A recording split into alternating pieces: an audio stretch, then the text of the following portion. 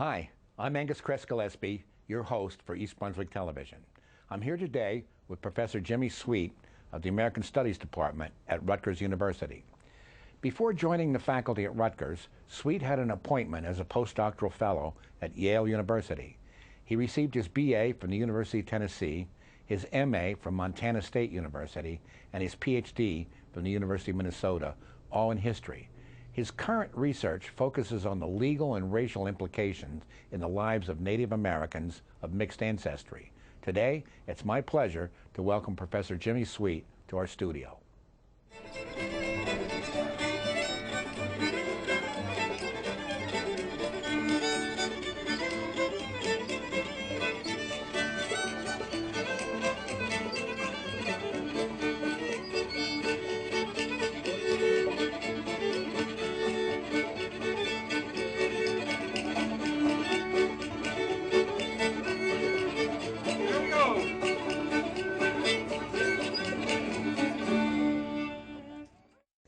Jimmy, I understand you've taken a job just recently with the American Studies Department at Rutgers. Can you tell us a little bit about that job?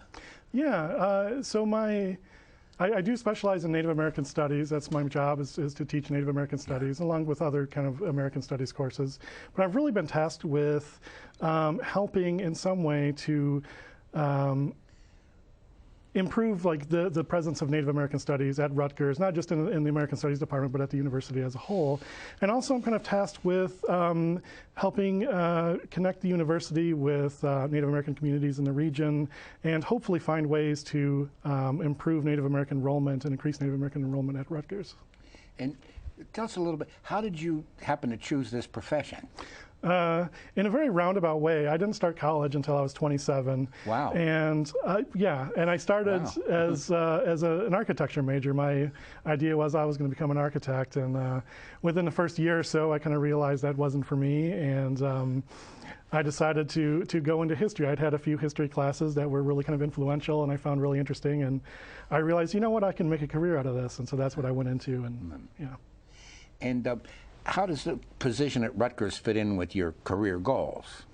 I think in many ways it's like the perfect job for me because, like I said, I am tasked with improving Native American Studies. That really doesn't exist in any kind of real form at Rutgers. There are a few professors in various departments who do some aspect of Indigenous studies, and I'm hoping to kind of connect those people.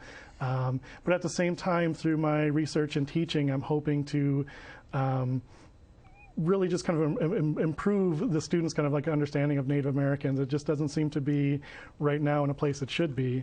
And in a place as diverse as Rutgers and New Jersey as a whole, I think I can add to that diversity by teaching people more about Native American cultures and hopefully incorporating Native Americans in the region more into Rutgers and that curriculum. So it's fair to say that Rutgers hasn't done a whole lot lately. That's very true, yes. Yeah. Yes. So please tell me a little bit about your graduate work. So I got my master's degree from Montana State University in 2010, and then I moved on to the University of Minnesota, where I got my PhD this year, 2018. And I primarily studied Native American. I was in history, but I primarily studied Native American studies and Native American history. And I also studied the Dakota language for a number of years there.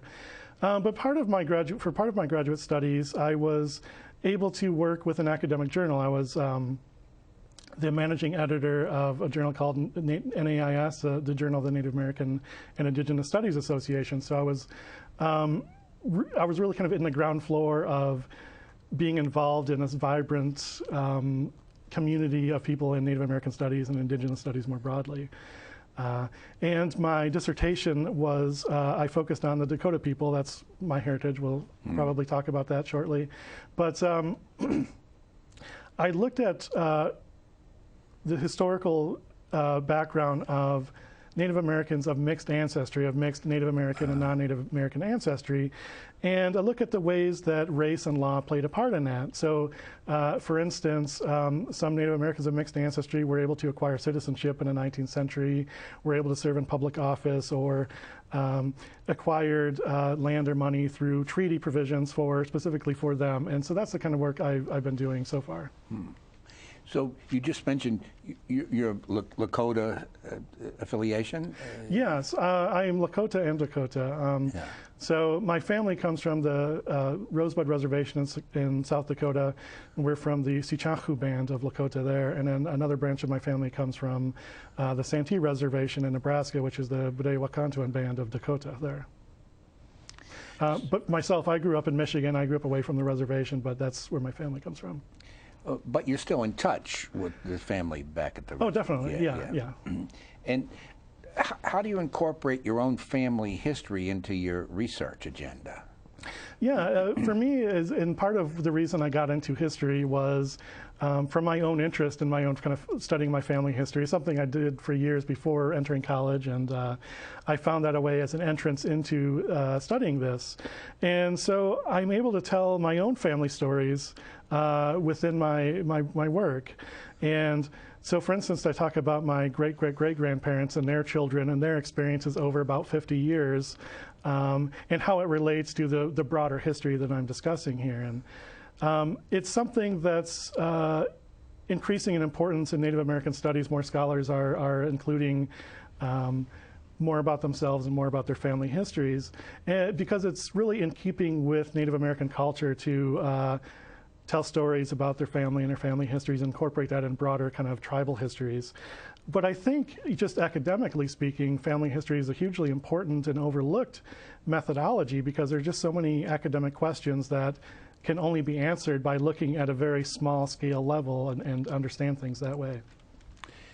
And correct me if I'm wrong, but it's part of Native culture to respect your ancestors, isn't it? Yes, definitely. Yeah.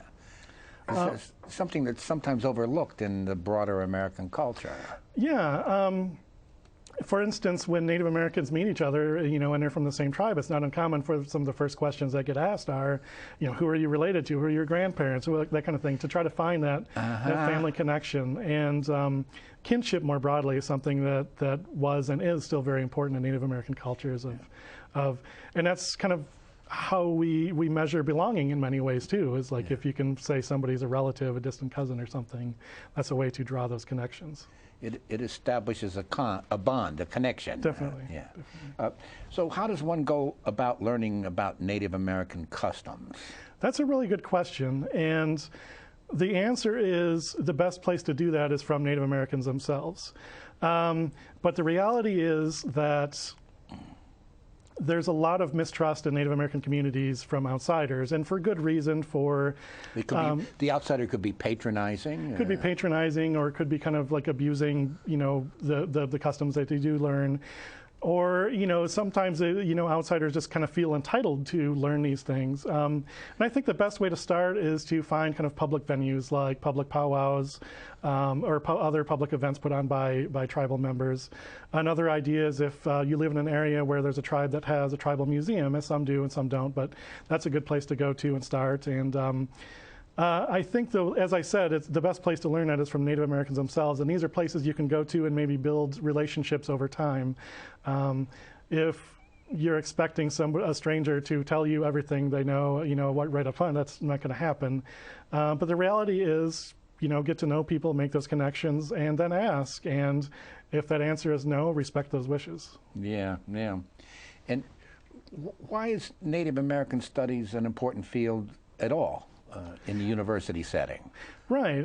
In many ways. As I alluded to earlier, it's part of adding to that diversity in terms of diversity of thought, of understanding the experiences of a broad array of Americans. And I think that's one of the things that I'm hoping to build here is people have a better sense of that here.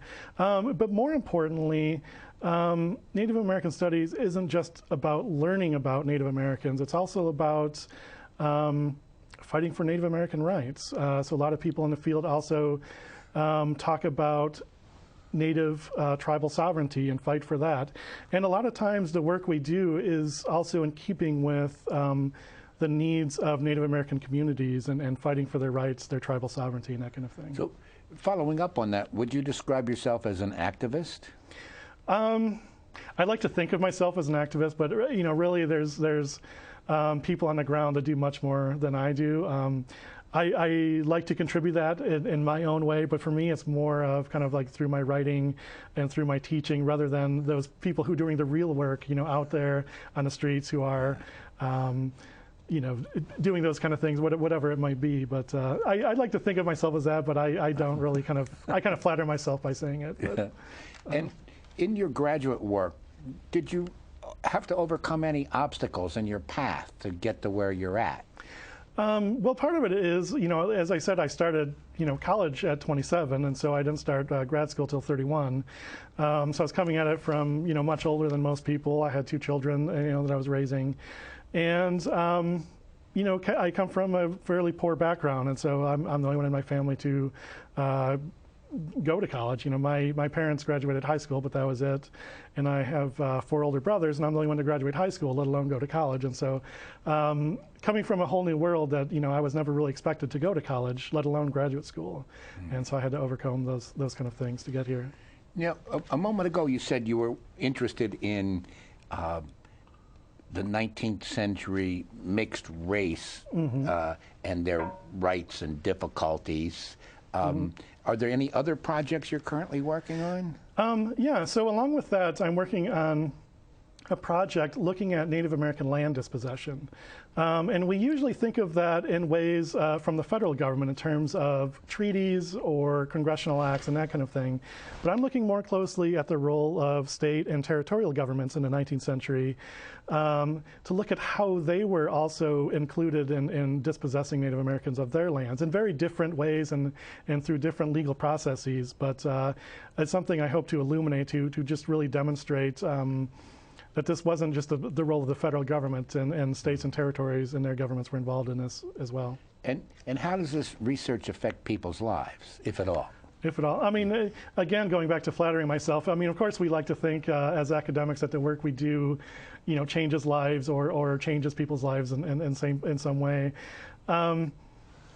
Really, though, I'm hoping that the work I do in my research and my teaching and community outreach, that at least I can contribute to conversations to, bettering the conditions of Native Americans and help in some way in improving the role of Native American studies at Rutgers.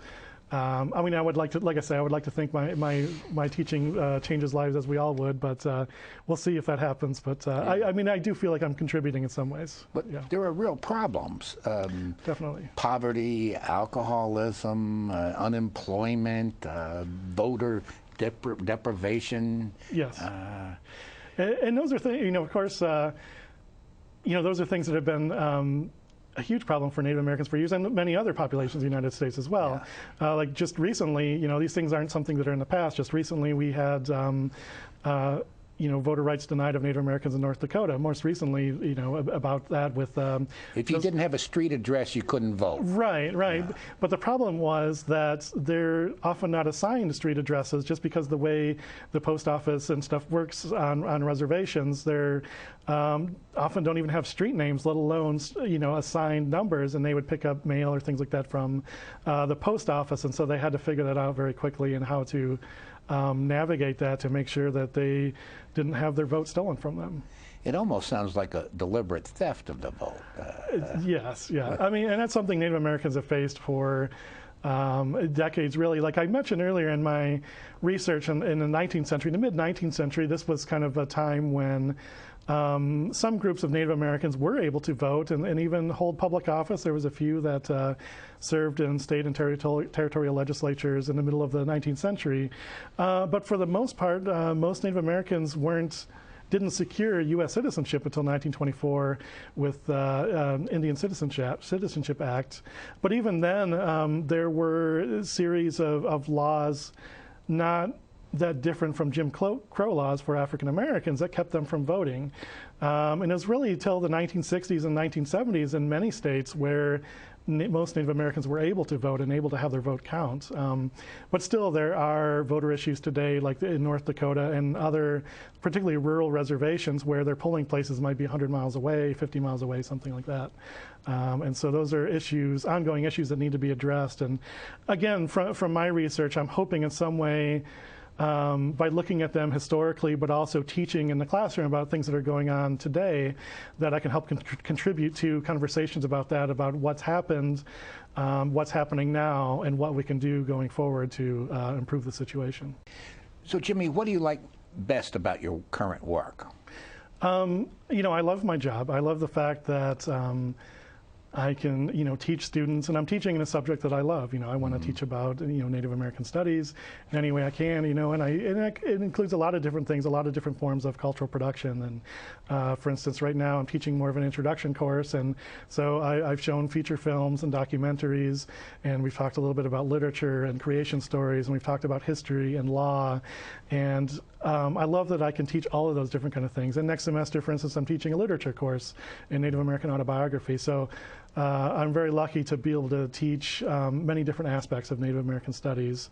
And I love to do that and love to be able to bring that to people who some have a thirst for it, and some are just have no background in that. And so for them, it's something new. And I like to be able to bring something new to people in that way. And there's a saying that when you teach others, you teach yourself. Definitely, and I think that's teaching is really kind of the best learning experience. You have to know something to teach it. I mean, sometimes you learn it the night before, but no, I mean, really over time, teaching is a wonderful thing, and wonderful as a lifelong learner, as you know, academics really are to do that. In your opinion, what can be done to increase Native American enrollment at Rutgers? That's a really great question, and unfortunately, Native American enrollment is woefully, low here at Rutgers.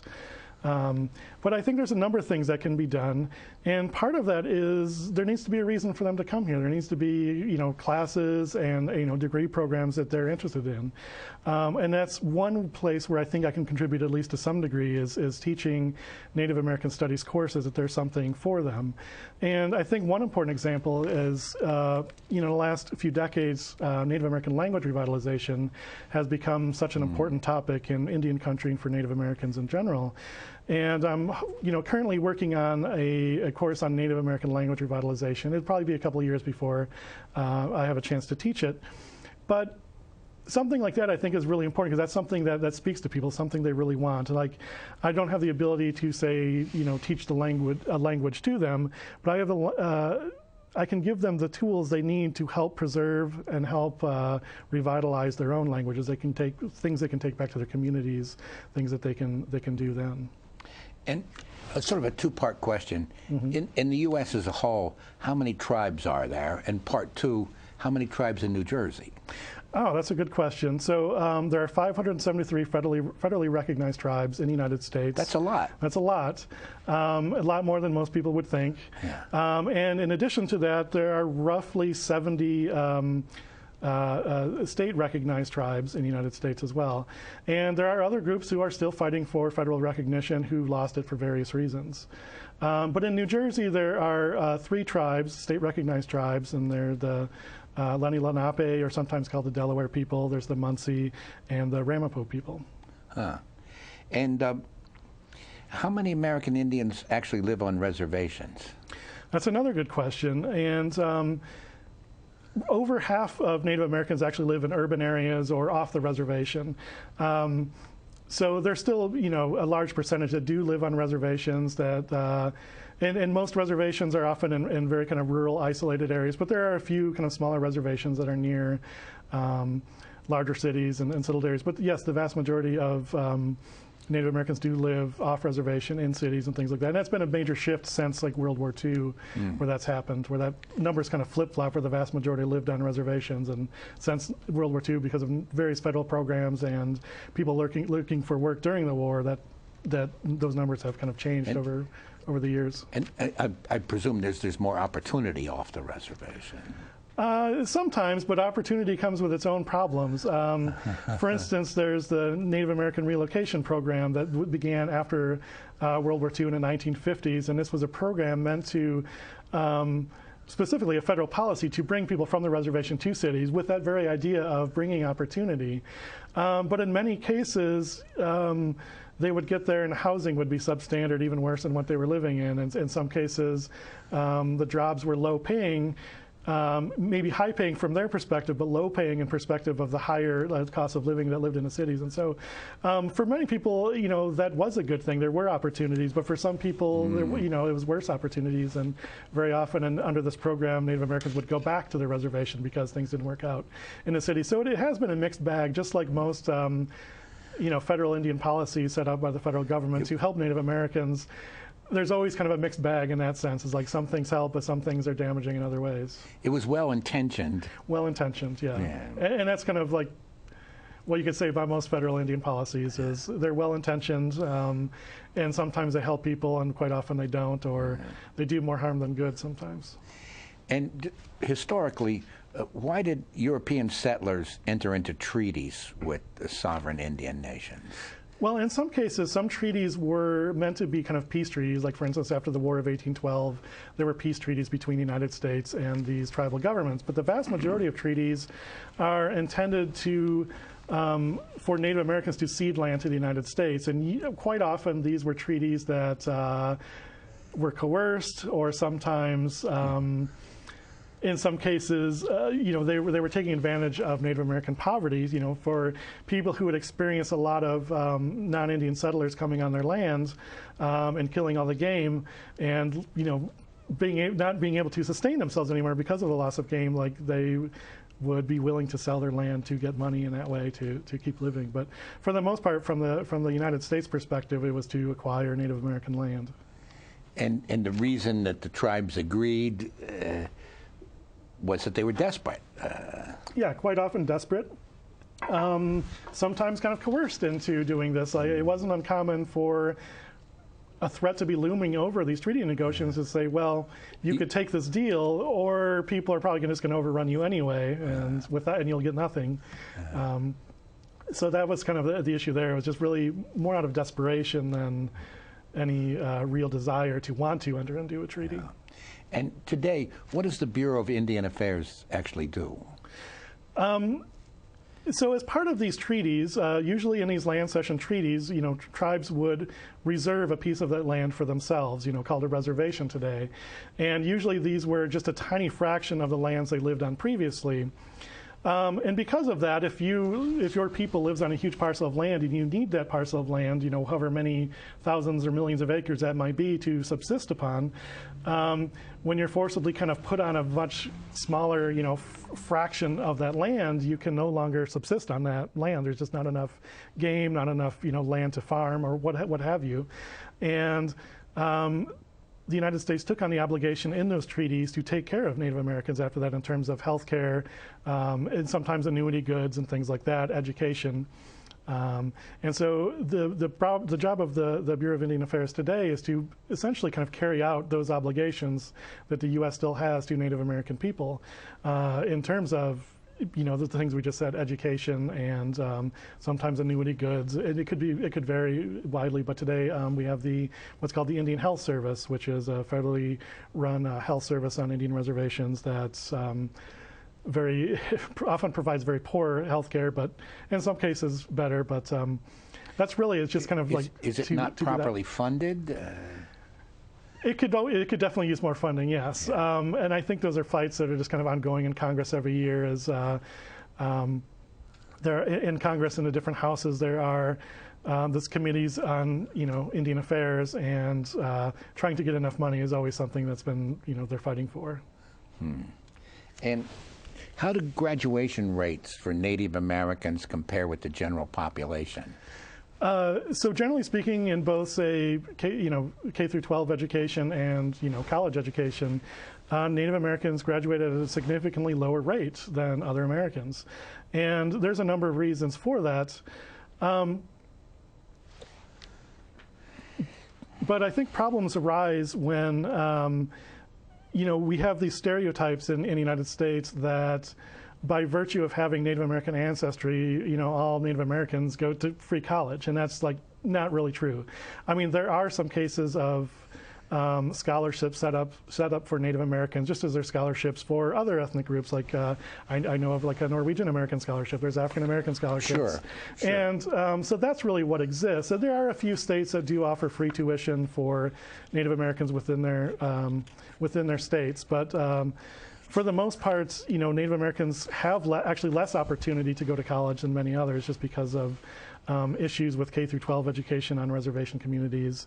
And so I think part of that is just we need to break that stereotype. And as I said earlier, there needs to be more available for Native Americans, more of a network, because so many Native Americans go to college and feel completely isolated, or sometimes in a foreign country, especially if they come from reservation communities where they just don't have any support there. They don't have other people, other relatives or family, or just a structure for them to go to and feel like they belong there or get the help that they need. So I guess Rutgers is in need of a support, providing a support. Definitely, and I'm hoping I can help do that. And first thing is I want to help build a network of faculty and grad students who do some aspect of Native American Indigenous studies more broadly. There are a handful of people that do that at the university, but they're just very kind of disconnected. If we could connect them and we could work together to help build something, if we could build a community of scholars at the university, I think that's a good start, and we can help the students then, the Native American students that do come and kind of build their own kind of thing, but with our help. Obviously, we don't want to put something in place that we don't want, so we need their input and need students to also be a driving force. But I think first and foremost, the faculty and staff at the university need to help build something among themselves that we can have a body to work with to help students create that. And then that'll spill over into admissions, hopefully. Definitely, yeah. I mean, of course, there's many other things that we need to do. Yeah. As I mentioned earlier, what I want to do with coursework in terms of, language courses and things like that. But not just me. I think it needs to be university-wide, where other departments can implement courses that would be in keeping with what Native American populations want and need. And just briefly, what should be done about Native American language preservation? Well, there's a lot of things that can be done and a lot of things that are being done. That's one of those areas where there needs to be certainly more funding for that. And there's a lot of programs going on, and in some places, like in the Twin Cities in Minnesota, some of the important things that are going on there are these immersion schools where they're supposed to be K through 12, but right now they're really working on the earlier grades and kind of like building curriculum as they go, because unfortunately they have to build curriculum from scratch. But why these immersion schools are so important is that they don't just teach the language, they use the language as a mode of instruction, so that way children learn other subjects in their native language. And that's really the best way to learn and retain the language. And that's just one thing, but there's many other things that maybe we can do at Rutgers, and that could be, like I said, starting with just a class with Native American revitalization, and maybe that sparks somebody, and if we can get something kind of across different departments and other people who are interested in some aspect of that. And there are people who are doing work like that with heritage languages in the United States, and we can work something like that. But also I think we can look at in the community is helping as much as we can with tribal communities to build, say, community language tables and provide some space at the university for that, where they can do kind of informal language instruction among themselves, and it can just be a really kind of informal community thing. And so I think it starts small, and you can just kind of build up, and because unlike with other languages, there's just not the curriculum available. And so those things have to be built by people who are dedicated to do that. Step by step. Step by step. Yeah. Well, Jimmy, I want to thank you for coming out here to East Brunswick and sharing your knowledge with us. It's been very enjoyable. Thank you. Thank you.